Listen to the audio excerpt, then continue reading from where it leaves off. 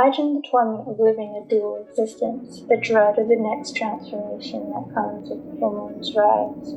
For a werewolf, it's a life of shadows, where the line between man and monster blurs with every heartbeat. For the werewolf, time is a predator, and the full moon is its harbinger. With each lunar cycle, the werewolf faces the inevitable loss of humanity, a transformation that brings both power and peril. Caught in this relentless cycle, the werewolf finds solace in the night's embrace, yet yearns for the dawn's forgiveness. Each transformation is a reminder of the primal force that's been struggling against the chains of humanity.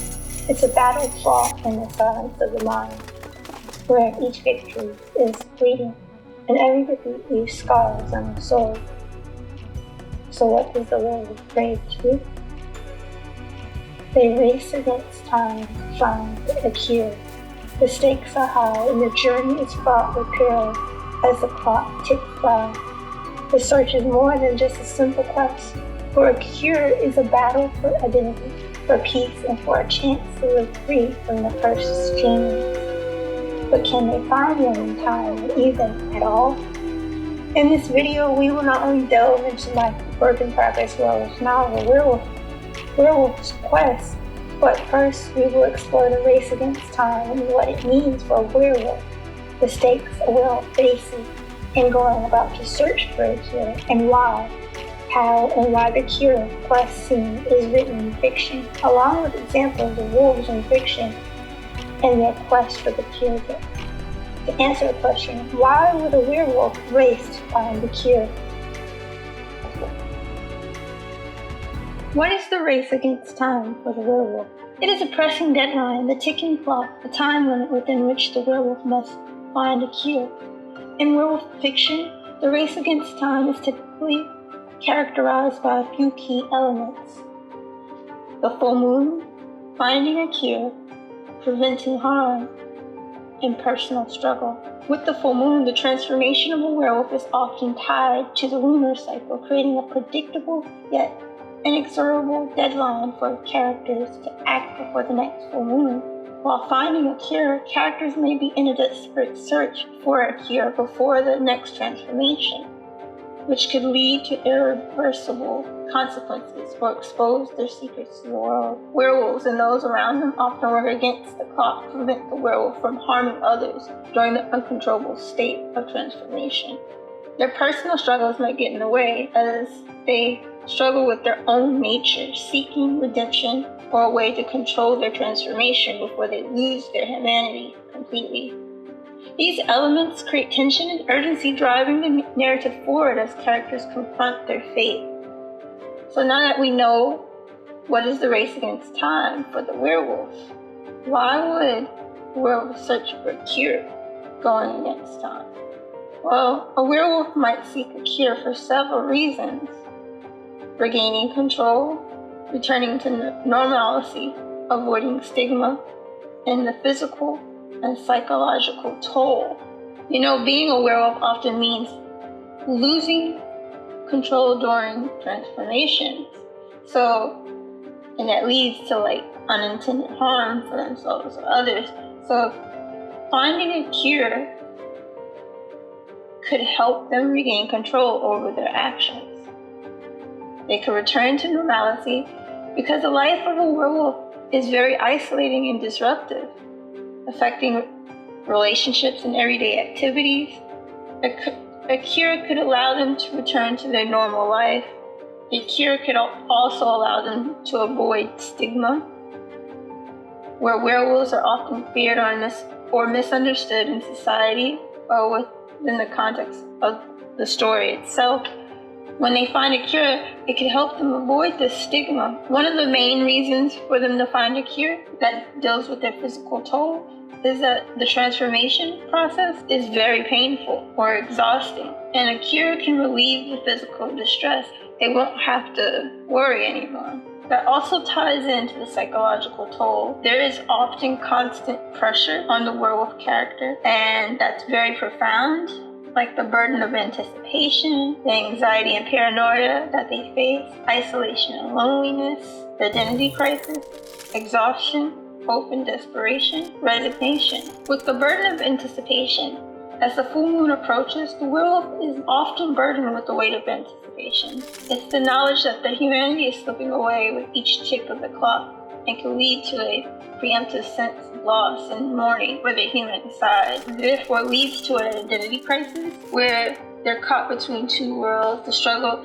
And this is where they struggle to reconcile their human desire with their animalistic impulses that can lead to eternal conflict that erodes their sense of self. When they're like this, they can experience the anxiety and paranoia, like the fear of losing control and potentially harming the loved one, and anxiety. And that way they're like over hyper-vigilant. That hyper-vigilance can evolve into paranoia, where the werewolf sees potential threats in everyday shadows, even their closest allies, which makes them therefore go into isolation, and they're moreover becoming, in a sense, loneliness. And they do this to protect others. It's like a self-imposed exile because they think they're misunderstood or unloved.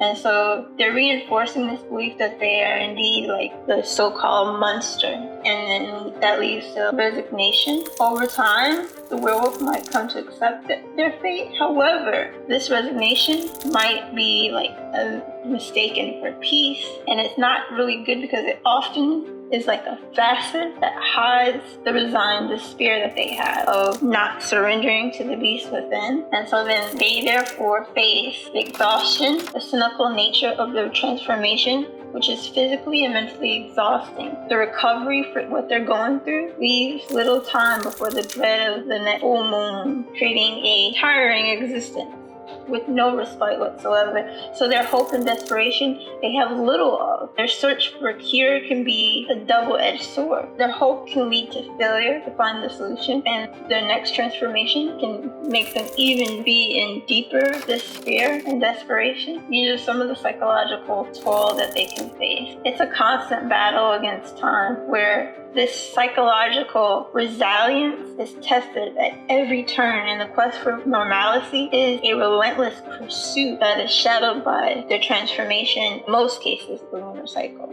So now that we know why a werewolf would search for a cure and why they would race against time, and what is the race against time for the werewolf, we will go into exploring what the cure quest scene of a werewolf novel is. The cure quest scene is usually a crucial part in the narrative where a werewolf protagonist goes off on a journey or a mission to find a cure for their lycanthropy, their curse, being a werewolf. This quest they're going on is usually filled with various challenges and obstacles that the protagonist must overcome. Some of these issues that they have to overcome within like the themes of the werewolf novel for the quest is killing the alpha, mastering the curse, magical artifacts or rituals, scientific breakthrough, and they have to find love and humanity. So some ways in the novel that shows the challenges is that they go looking for the one that turned them into a werewolf. Therefore, if they kill the one that turned them, they can reverse the curse or condition. But if they can't do that, in some stories they explore that the protagonist must learn to control their transformation in the curse itself, rather than seeking a complete cure. They might go out and seek magical objects like amulets or specific rituals portrayed as different methods to suppress the curse and cure lycanthropy. They might even find a scientific medical cure within the story that's often discovered that's somehow like in modern takes of the traditional curse. If they can't find this in the story, some narratives have it where the power of love or finding their humanity leads to a cure from the curse or its dual natures. These themes usually reflect the exploration of not only the identity but the humanity and the struggles between the werewolf's nature and societal expectations. So, the cure quest scene within the novel serves multiple purposes in the story when writing this. It drives the plot forward and adds an element of suspense and adventure. It also allows for the character development as the protagonist faces new ones. A lot of examples in our current fiction and film of several werewolves who've been depicted as searching for a cure for their lycanthrope condition, for their werewolf condition. A couple of the main ones are, of course, everyone knows Scott McCall from Teen Wolf. And if you notice throughout season 1, he's kind of searching for a cure, but so he doesn't want to become a wolf. There's a web series called Teen Wolf Search for a Cure. In the story, it revolves around Styles tracking down a werewolf expert named Dr. Conrad Fenris, and in the hope that he may be able to cure Scott McCall. Scott, who at that time was recently bitten and turned into a werewolf. So this is in between the seasons 1 and 2. This is their search for the cure. Another example is Remus Lupin from Harry Potter. He's not actively searching for a cure, but as we mentioned earlier, he's using Wolfsbane potion to repress the conscience during the transformation. This is as close to a cure as he can get within the narrative, allowing him to manage the overall condition of being a werewolf. Some other examples are, I don't know if anyone's seen Being Human, George Sands from Being Human. Well, George is a central character. Throughout the series, he often struggles with his condition of being a werewolf. He doesn't like being a werewolf, and he often seeks ways to cope with and ultimately cure his lycanthropy. Ultimately, and just spoiler, he doesn't. He ends up, I don't want to spoil anything for you. I've seen the whole thing. But throughout the whole series, he finds a way to try to cope with it. I just let you know right now, he doesn't find a cure. Then there's his girlfriend, Nina. She's afflicted with the lycanthropy curse too, but she also looks for ways to manage the cure, but nonetheless, they don't find a cure to live with the condition. Another example is Elena Michaels from Bitten. She's one of those characters that she searches for a cure throughout the series because she wants to be human. And she, like all the rest of the werewolves, she has to learn how to live with it, not actively finding the cure. Nick Wolf from Fable. I've never actually seen or played this game, but apparently he's the big bad wolf turned detective, and he has a very complex relationship with his wolf form. He doesn't seek a cure, but he does seek to control the transformation to live among humans. So these are some of the examples of quests for a cure, and they're central to their stories, and these quests for cures help drive the plot and character development as they seek to reconcile their human and werewolf identities. The quest is not really a plot device, it is the heartbeat of a werewolf story, pulsing with the urgency of a creature caught between two worlds. Why does this matter for these characters? Because the cure represents a return to normality, the severing of the chains that bind them to the moon or the lunar cycle. It's a beacon of hope in a life marred by chaos and confusion, where every transformation is a reminder of what's been lost. For the werewolf, the cure is the key to unlocking their true culture of living a life unmarred by fear and preoccupation, about reclaiming their place in the world, about mending the rifts that their conditions have created in their relationships and within themselves. Most importantly, wait, there's more. A small update on Join the Blue Hour Werewolf Work in Progress novel. I'm on my chapter 40, and it's called Diamond Mist Valley in my Work in Progress werewolf novel. Well, my main character, Serena's 18th birthday, is one day away before she turns into a werewolf. But can she find a cure before time runs out? It is the race against time in this new chapter scene I'm currently writing, with 5 more chapters to go.